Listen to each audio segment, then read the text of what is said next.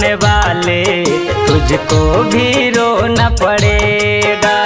मुझको रुलाने वाले तुझको भी रोना पड़ेगा। आंसुओं से यादें मेरी भिगोना पड़ेगा। मुझको रुलाने वाले तुझको भी रोना पड़ेगा।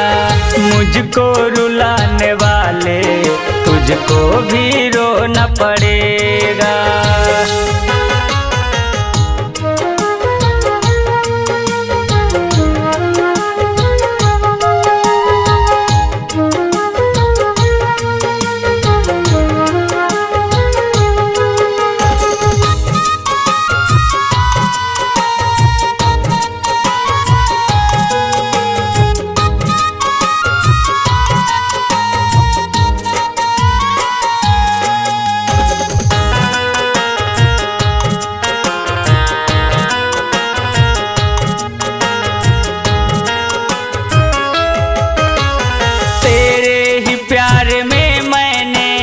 सब कुछ भुला दिया है मैंने तो की वफा, तू बेवफा किया है।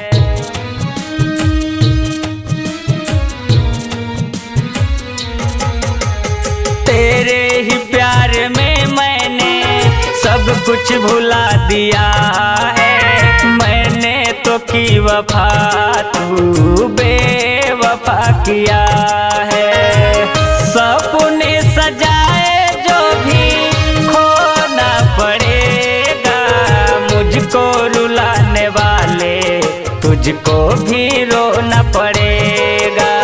मुझको रुलाने वाले तुझको भी रोना पड़ेगा।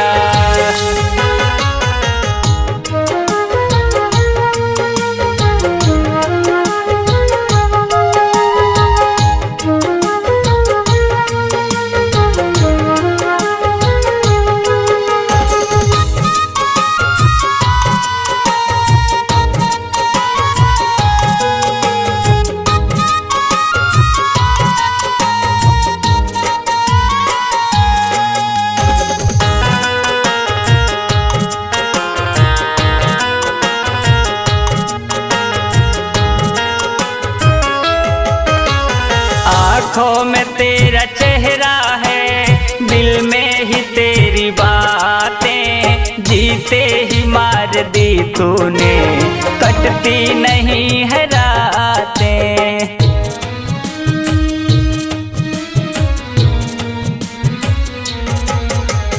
आँखों में तेरा चेहरा है, दिल में ही तेरी बातें, जीते ही मार दी तूने, कटती नहीं है रातें। चाहतों से दूर अब तो होना पड़ेगा। मुझको रुलाने वाले तुझको भी रोना पड़ेगा। मुझको रुलाने वाले तुझको भी रोना पड़ेगा।